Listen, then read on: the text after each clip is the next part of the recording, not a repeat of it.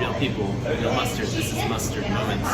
Today I'm with Jake Cox, who's actually an accomplished bartender, stepping out from behind the bar to sit on this side of the counter and talk to me a little bit about this mustard gin he's made for my vision, and then for his vision, this cocktail he's built with the mustard gin. Basically, I was wondering what kind of cocktail did you make with the ketchup and mustard flavor, because Frank Shore is a hot dog restaurant. This is what he came up with. So tell us a little bit about it, Jake. Alright, so mustard gin. It's just a dry gin, nothing too fancy. Mustard seeds, just a simple mustard seeds you buy in the store. And then sous vide for about an hour and a half. Sous vide at low temperatures allows the flavor to become part of the gin much quicker than having it sit for 1 or 2 weeks, which is normal. Sitting at about 150 for about an hour and a half exacerbates the time quite a bit. And you get good infused liquors of any sort in a fraction of the time you normally would. What made you choose gin as opposed to vodka or another spirit? Because the whole history lesson with these port, mayor, and whatnot, with the plus fungal cocktail that we were talking about, which is plus fungal, was fun. But he was proposing that people drink gin and not grain alcohol.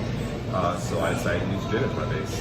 So the fuss fungal that Jake mentioned is a cocktail lesser known but originated in the Pittsburgh area, and we wanted to make a Pittsburgh cocktail with our own take. Hence the gin, I guess. Yes, the fuss fungal was originally whiskey. Or no, sorry, it was grain alcohol. So if you were infusing any other liquor, you'd go through the same process. Yes, and we have here before. Right. Especially even like things like limoncello, which take months to make, sous vide or even just in a water bath with warm water for a few hours can get you a good limoncello in very little time, rather than waiting months like you normally would. And what kind of gin did you start with? This is the standard gin. Okay. It's called standard gin. Mm-hmm. And then tell us a little bit about the cocktail and the creation here. So we were looking to make a mustard and ketchup cocktail.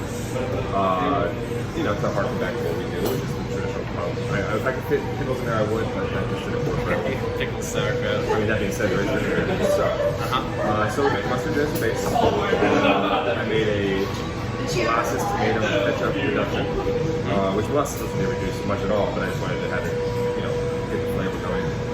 So you do a little bit of that with some mustard gin, a little bit of salt and pepper, splash soda, and then just a little bit of white vinegar to help bring out a lot of the flavors. Vinegar is delicious and those things. And then a nice little swizzle stick made of fried hot dog to help bring everything together. This is actually my favorite part. It's really good. It doesn't sound like it would be that good.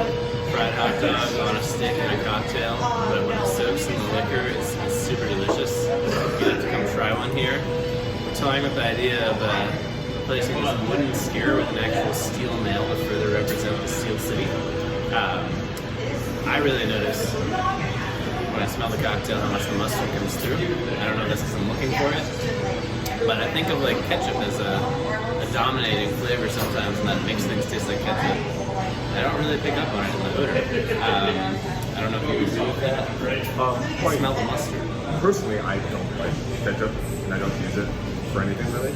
As most people in Mustard Moments end up saying that at some point. It's funny, I swear I don't try to make that happen, but it does. But ketchup in general nowadays is just sugar, vinegar, and tomato, and all three of those things are in this. So the flavor profile is there, but none of them are very aromatic in general. So you're not getting most of that. And mustard in itself is very herbal and aromatic, so the mustard should come through more than anything else. So it's actually quite delicious. We're still working on a name. So if you happen to see this video and have a suggestion that ties in Frank Shore and Pittsburgh history, we'd love to hear about it. This is our goal, to create a quintessential Pittsburgh cocktail with a Frank Shore twist. Cheers. Thanks so much, Jake. Yeah. Anything else you want to add before we go? Any favorite mustard stories, mustard memories? What's your earliest mustard memories? Oh, I don't know. I've been eating mustard my whole life. Yeah, so you're not one of those people who grew into it. You just I weren't liking it like me. Yeah, I didn't like, even as a kid, I didn't eat ketchup. So mustard was an alternative we always had in like refrigerator. So mustard's fantastic. And it's just like gin, which most people don't like gin, but that's because they only ever had one gin. And they thought it tasted like pine trees. Gin is amazingly varied, none of the same as the others. So just like mustards, yeah, if you don't like yellow mustard, I get that. But there are lavender mustards, and there are the amount of mustards available for anything you're looking to make is immense, and they fit the situation. Very well stated. And one final question for you, knowing that you're probably the biggest Indians fan I know. What is your take on stadium mustard in Cleveland, Ohio? Do you have an opinion about it? I know my understanding, you may not know this backstory, but the company had a split, and I think there's like now Bertman's mustard and stadium mustard, when it used to be maybe Bertman's stadium mustard, if I have that right. Does that sound right? Do you know anything about this? It sounds right, yeah. It's a perfectly fine mustard. I mean, it's quite tasty, but when you couple that with the nostalgia aspect, because I used to go to Jacobs Field when I was a teenager and a little earlier, that's what you had there. So anytime you have it, that's you think about being at the ballpark and having a good time. So the nostalgia really makes it taste just a little bit better.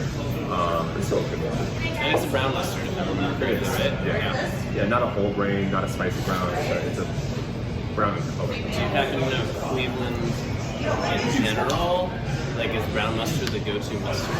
I don't know as far as the people are concerned. I don't know either. I've just noticed when I go back home, if I go to a Yankees game or a Rangers game, brown mustard is like what you find. It's hard to find yellow mustard. Like pumps are just brown mustard, and I think that's very rare. Like generally, yellow mustard is the more common one. Yeah, and I'm wondering if Cleveland is similar to New York. Like maybe there are two cities, at least two, that embrace brown mustard first. I can't say that I took the time to note that if it was the case, but I do know here at PNC, I got my better to go, and it's yellow mustard, ketchup, or yellow mustard, onion, and relish. That's right here at the time, and it's always yellow mustard. I don't get it. I'm sure they have brown mustard somewhere, but I know PNC is not that way. But at least at Jacobs Field, brown mustard is the default. Good, yes, so interesting. Then do you remember before Jacobs Field, the municipal stadium? Were you ever there? I was there once. I remember it, but I was when they stopped going there.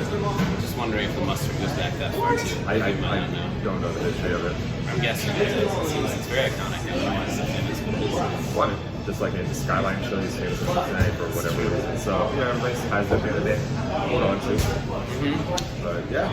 And then you like to cook a lot too, I know. So at the restaurant here every third Thursday, we do a beer pairing with a local brewery where Jake puts together a foot-long hot dog dressed 3 different weights.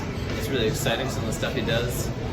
I don't know if you remember all the creations he's made over the time we've been doing this, but are there any that jump out at you that involved mustard specifically? I know mustard is very basic on a hot dog, but speaking to the variety of mustard, and if not, maybe we should shoot for that in the future sometime. The one that stands out, I think the only time I really had mustard as a focus was last year's Oktoberfest. Not a couple months ago, last month, but a year ago. Yeah, I had Jaeger schnitzel hot dogs, and I had brown mustard, not brown mustard, Bavarian sweet mustard on the Jaeger schnitzel. That sounds fantastic. So, but other than that, I don't think I've ever focused too much on mustard. Yeah, if you're in Pittsburgh, come check us out on the third Thursday. Enjoy one of these cocktails with Jake's beer pairing, and you'll have a great time. And there's always plenty of mustard. Thanks so much, everyone. Until next month. This is Tim signing off with Mustard Moments. Perfect. Thank you, Jake. Yeah.